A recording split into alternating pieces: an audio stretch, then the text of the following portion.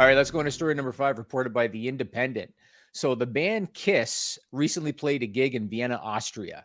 And during the show, they projected a message of gratitude for the fans in attendance. You know, they put a message like on the big screen for the fans in attendance. Unfortunately, it led to some unintentional laughter and it went viral for the wrong reasons. Denise, what happened? I'm guessing a really poor image was shown, like a distasteful image. They thanked Austria by putting up a flag of Australia. Joel, do we got the video?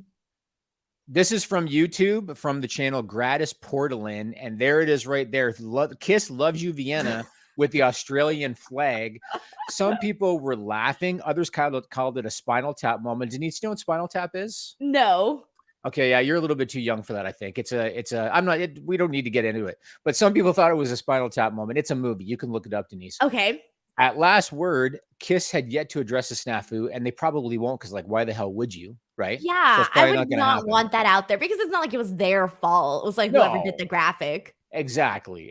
Yep. So, Denise Salcedo, have you ever witnessed an embarrassing moment at a concert? And if so, what exactly did Taylor Swift do that was so embarrassing? Definitely not Taylor Swift. She's never done anything embarrassing. I'm trying to think. I went to a Shania Twain concert. Oh, this was embarrassing. Okay, so I went to a Shania Twain concert, and first of all, the electricity went out during the concert, which is not really embarrassing. It's like, what, maybe too much power.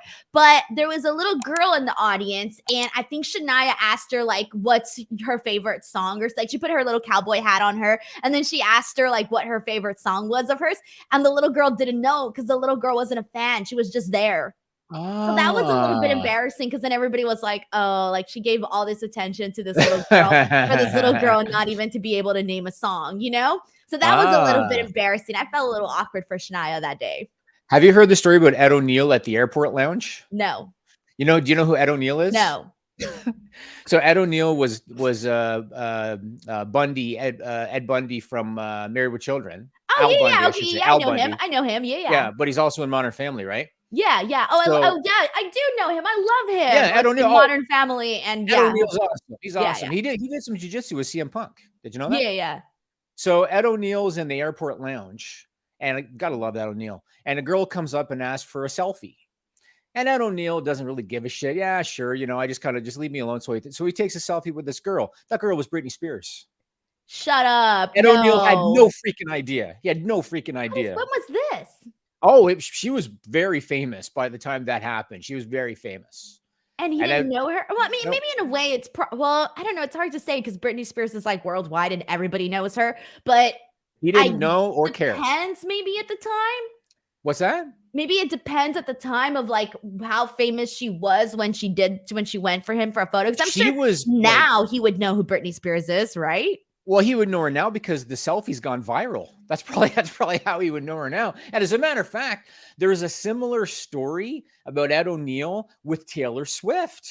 Oh, did he really have that moment? Yes, there was a similar story with Taylor Swift. So the only thing I heard was something about she saw him and like asked him to say something on the phone to somebody that really loved him. And Ed O'Neill just like cordially just took the phone and said hello. But Ed O'Neill had no idea who this girl was that was giving him her phone. Oh my God. So he's here being loved by like all of these great women and he's just like, no idea. It made me love him more. But I feel like in a way, it's kind of one of those things where, if he's not listening or, listening to this kind of music and if he's not following this type of news, why would he know about it? Yeah, he doesn't give a shit. Right. Like, why would he know about it? Like, that doesn't seem to be in his like circle. No, but I found it very endearing. It made me love him that much more because he clearly did not give a shit. So that was awesome. Amazing. All right, let's go to story number 1. This is reported by the Daily Star. So it's summertime right now, right? And that means that it's time for the Tour de France bicycle race. I'm sure you're a big fan, Denise. I'm sure you watch the Tour de France every single year. For sure. I work my schedule around that. I'm sure you do. I'm sure you do. Yeah. It's a major event in Europe every year. And as part of the preparation this year, 2 workers were given the task of cleaning up the course that the cyclists were going to be riding on. Denise, what did they have to clean up? Please don't tell me it was poop. Was it poop? Not quite. Vandals had painted giant penises in the middle of the roadway. Joel, do you have a picture? Oh. That's what vandals did. Right there. That's like a very like the lines are really straight, the circles are really circle. I feel like they use some sort of stenciling for this.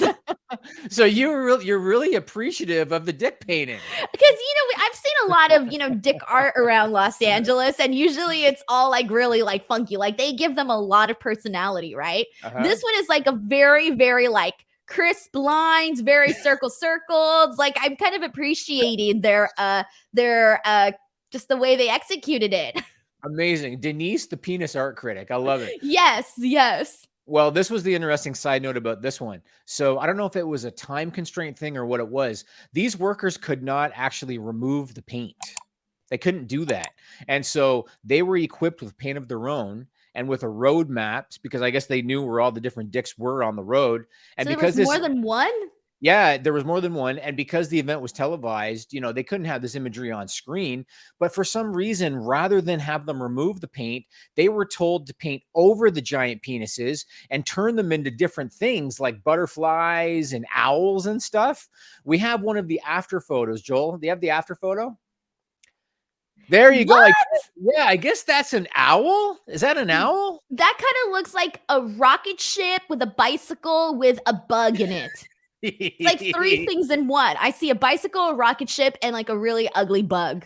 But see, mission accomplished, because you don't see a dick, do you, Denise? I definitely do not see it now. I mean, I see it, but like the stuff over it, like it just looks really bad. Why didn't they do it in color?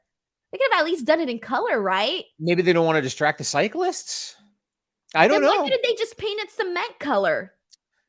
Cement color paint? Do they? Like I guess gray, like paint it gray or black or whatever. Just paint over it. I don't know, but that's what they did. That's what they did. I just couldn't understand, like, why don't you just put like asphalt or something over it, like do something to get rid of the paint? But they just turned them into art, is what they did. And so I don't think I'd call that art.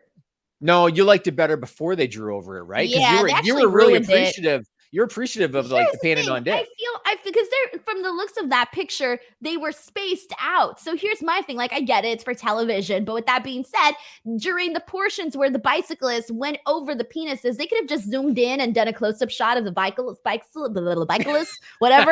And then afterwards, then afterwards, when they're not in that area, then they could zoom out.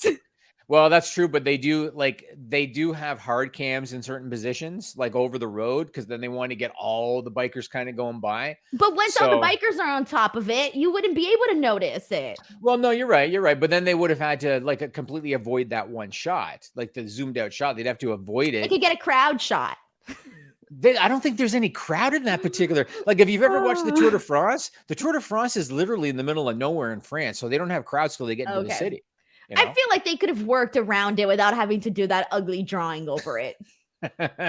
All right. Well, this leads me to my next question. Have you ever been responsible, and we'll see how honest you are, have you ever been responsible for public graffiti, whether it be spray painting or carving up a tree or signing your name with a Sharpie? Hold on. Let me think. There was one place where I went in Italy, but it wasn't like against the law, though. It was like one of those exhibits where like everybody's allowed to like write something, like it's encouraged. Okay. I got what you're saying. So it's never been like, like against the law, because there's been like, they do those things. They set things up for like people to go and write stuff and, that type of thing. Like it's encouraged. Right. It's never been one of those things where like, I just went out of my way to go and like write something on a wall. I've never done it because I'm not really a big fan of graffiti. I know, like, I like it when they do like those exhibits where they do like those art exhibits, and I think those are pretty cool. But like when they're just like out and on the streets and on buildings and stuff, I'm not really too big of a fan of that. So when you were in grade school, when you weren't beating the shit out of another person in your class, when you were in grade school, didn't you ever like have a guy you liked and then you'd write like your initials with a heart and his initials and you'd put it on the desk? You know what I'm saying? No, it was always on my paper, on my folders, or on my notebooks. Always, really under the desk or nothing like that, or on an eraser. Sometimes you see people do that. Always on a piece of paper. Never. Always on a paper, on a notebook. Wow, you are an environmentally friendly, like polite insulter type of person. I'm sorry. I just never felt the need to like go and like leave my mark someplace, unless it was one of those things where like you go and you write something, you know, but on those places that they're encouraged. Oh, you're leaving your mark, Denise. You're leaving your mark. If you want to see all our videos about real news stories that are funny, stupid, or weird, click the subscribe button below. Otherwise, we'll start posting spoilers about your favorite new movies.